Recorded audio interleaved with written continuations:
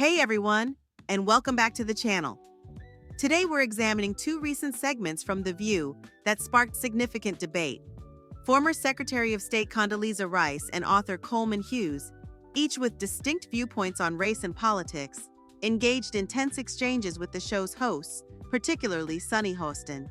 We'll break down the key arguments and explore the underlying issues driving these discussions. And I'm going to tell you, I live in California, not Washington, D.C. And the American people do have other concerns that we ought to be thinking about and talking about. Respectfully, And Madam so, Secretary, I think well, let me finish now, Sunny. The exchange between Condoleezza Rice and Sunny Hostin centered on priorities. Hostin repeatedly brought up January 6th, while Rice argued that the focus should be on kitchen table issues like inflation, gas prices, and the economy. Rice suggested that while accountability is important, the immediate concerns of average Americans should take precedence. Now, I think what Senator McConnell may be referencing is, yes, it's time to move on in a lot of ways. I'm one who believes that the American people are now concerned about their what we call kitchen table issues, the price of gasoline. The conversation then shifted to education and the role of race in the classroom. Rice advocated for parental involvement and expressed concern about divisive narratives that could harm young children. She stated her belief that empowering Black children shouldn't involve making white children feel guilty. Also know that as a government and as a country, we've got to be concerned about the things that are making life hard for Americans and hard for American families. The exchange culminated in what some viewers called a mic drop moment when Rice stated her belief that we shouldn't make white children feel bad for being white. Furthermore, there were points in the segment where Sunny claimed race relations are worse today, in which Rice disagreed and reminded everyone of her personal history growing up in Jim Crow-era Alabama. And it does not feel any worse than growing up during that time. We ought to move on to the next generation, move ahead and deal with the American people's issues. It's really politically expedient for Mitch McConnell to say, let's move on, let's move on. The problem is that past will become... From there, conversation led to needing the audience to have a shift in dialogue and to move forward to be better. The issues with that point is we've reached a point in this country where we no longer want to engage in conversation, but where this becomes a struggle to have. First of all, parents ought to be involved in their children's education. Should. Their children are in school 7 hours. That's a very formative period. And I think parents ought to have a say. We used to have parent-teacher conferences. We used to have PTAs. There are lots of ways for parents to be involved, and they should be. It was then also later that the viewers realized it was not the first time that the Views panel had to take note on race by their guest. Coleman Hughes also made an appearance to introduce his view on his argument. Somehow white people now have to feel guilty for everything that happened in the past. I don't think that's very productive. Or Black people have to feel disempowered by race. Hughes's appearance centered on the concept of colorblindness and whether race should be a defining factor. The host pushed back, expressing concern that a colorblind approach would dismiss systemic racism and historical inequalities.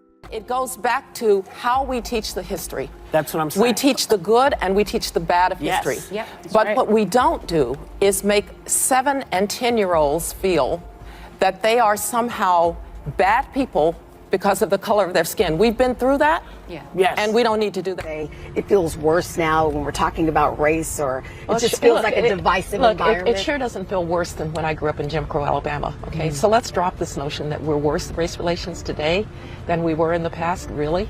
That means we've made no progress? From here, discussion led to inequality, and if they exist or not in today's society, and if filtering everything through a race is the answer.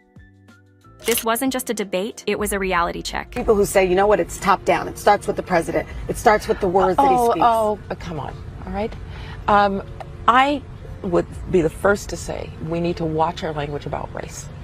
We need to watch that we don't use dog whistles to people who... We've reached a point in this country where we no longer want to engage in conversation. Following the mention of systemic racism, Sunny Hostin comes in to deliver her point of view on these topics, but comes short when Hughes comes back to the drawing board and backtracks. Are the kitchen table concerns, inflation, the border crisis, and the skyrocketing cost of living. My parents never thought I was going to grow up in a world without prejudice, but they also told me that's somebody else's problem, not yours. You're going to overcome it, and you are going to be anything you want to be. And that's the message that I think we ought to be sending to kids. Bold, courageous, intelligent, beautiful. You can name it. That's why they hate them. That's why they can't stand them. Their feelings be hurt. They want to cry. They cry themselves to sleep at night. They losing their minds. Instead of going on, Coleman shuts her argument down masterfully, and with that, he made it clear if Sunny or the audience wanted to understand his views, they could read the book for themselves, simple, direct, and completely unshaken. So a lot of people equate colorblindness to I don't see race or to pretending not to see race. I think that's a big mistake. We all see race, right? And we're all capable of being racially biased, so we should all be self-aware to that possibility. And with Whoopi Goldberg, Joy Behar, and Sunny Hostin sitting across from him. The reason I wrote this book is because in the past 10 years, it has become very popular to, in the name of anti-racism, teach a kind of philosophy to our children and in general that says your race is everything, right? And I think that is the wrong way to fight racism, and that's why I wrote this book. Appointing of very specific racial things, like women couldn't get into colleges. If you were a black person, there were a lot of colleges wouldn't accept you. Trying to equal. So, what's your take on these discussions? Do you agree with Rice's focus on economic issues or Hostin's emphasis on social justice? What are your thoughts on Hughes's perspective on colorblindness? Share your opinions in the comments below. And if you found this analysis insightful, please subscribe, like this video, and hit the notification bell for more discussions on current events.